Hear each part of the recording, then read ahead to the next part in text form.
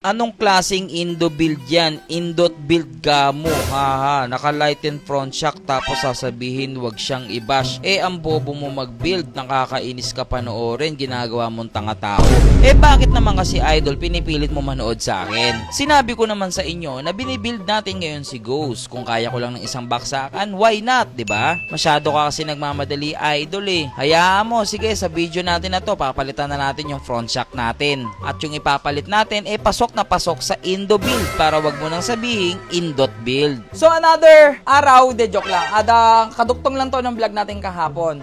So syempre, nakabit na kasi natin yung shock natin dito sa likuran. Ayan na, nabago na yung tindig niya. So ngayon may binili kasi tayo. Uy, ano yan Kuya Russell? Ano yan? Binutasan mo na! Hala ka! Yan. Nakikita ko kasi to sa mga nakabito Karamihan din may mga ganyan-ganyan sila Naglagay din ako. Wala lang. Ek lang. Ek. Pero, may nag-comment kasi sa atin, pasok ba ang inner lighten tube, outer tube sa Indo Concept? Sa totoo lang, hindi ko pa kabisado ang rules ng Indo Concept, pero tingin ko hindi.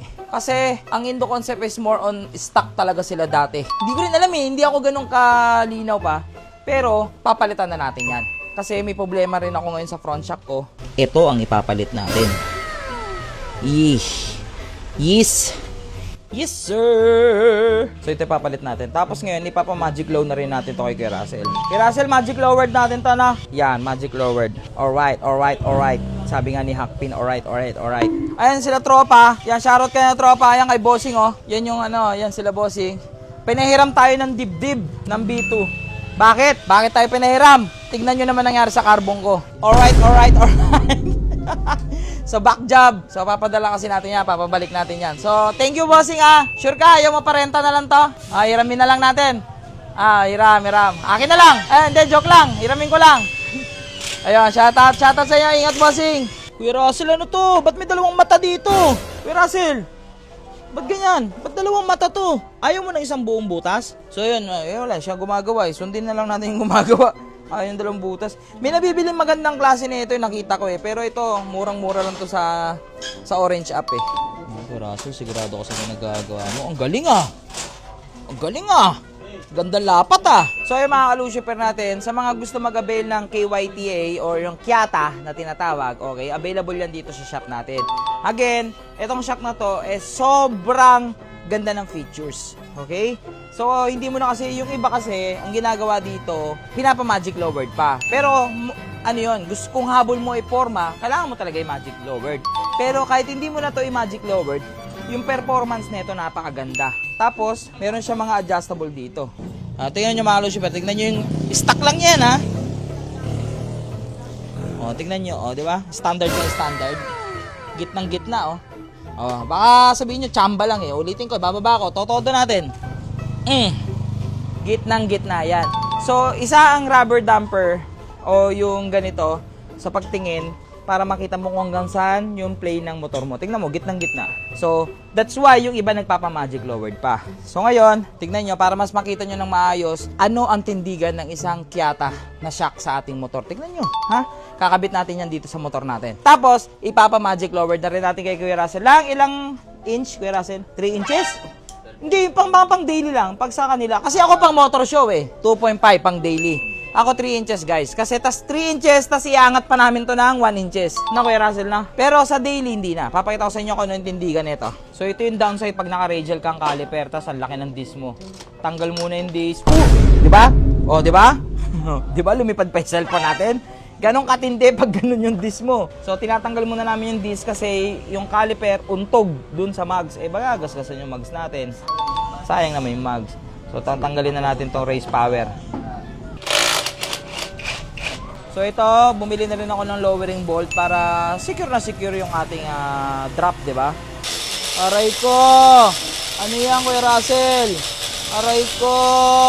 Yan ang hirap, guys. Kasi, yung mga nagkakaita, ang normal na ginagamit dyan, 4-pot na axial. Pero kasi ako, naka 4-pot ako na radial. Tinatabasan yan. Modificacy. Okay, check. Iba talaga ang kaita. Grabe yung datingan nito, detalye, grabe. Alright. Yan na, naka-magic lowered na. So, ito na tayo, next. So, babanatan na ni Kuya Russell to. Moment of truth. Kung plug and play pa rin ba to? Sana naman, no, Kuya Russell, plug and play na. No, ang sakit na lang ulo namin kakaisip lagi ng ng modification eh. Ay, ganda gogs. Ganda men. Wala na, finish na. Maka KYTA yan. Sana naman plug and play na. Pagod na kami mag-modified. Anyway guys, syempre itong shock natin na to. Ano kayo magandang gawin dito? Race power yan.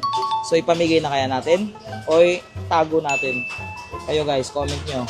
Ayan o, comment nyo. Ayan o, ha? Alaman natin yan pag pinreno natin. Kabit na natin yung quick release. Ito rin pala yung advantage guys, pa naka-quick release kayo. Pwede na kayong tanggal-tanggalin, lipat-lipat, nang hindi na kami magbi-bleed. So, yun din yung kinagandahan talaga pag naka-quick release ka na braking system. So, ngayon, sana mag-plug and play lang talaga. Sana walang sabit. Meron? Meron? Saan? Ay, putik, untog. Ayun, untog nga. So, guys, ayun, untog dito. Ayun, yung disc bolt. Untog. Ewan ko kung dumating na bukas. So, nagpalit kami ng disc bolt guys kasi may sombrero to. Kailangan namin ganyan na. Buti na lang may tinda tayong ganyan no, flat. Para hindi na siya tumatama dito. Tumatama kasi dito sa may gilid dito eh. Yan. Sana wala nang tama. Kundi tatamaan na si Kuya Russell. Ayun, may tama pa yan oh. Ayun oh. Eto na. Pinipreno na. Ay! Plug and play! Alright. Oh, ha? Pogi oh. Bumagay ngayon yung natin, caliper natin. So, naging plug and play na lang siya dito. So, nangyari lang sa amin na conversion is yung bracket, nagtabas kami. Ito, kasi nga yung caliper natin, radial na Adeline. Meron kasing designated caliper talaga dito para sa Kaita. 4-pot na pag no guys. So, yung axial ang tawag doon. Axial, ito radial. So, yan. Pasok naman siya.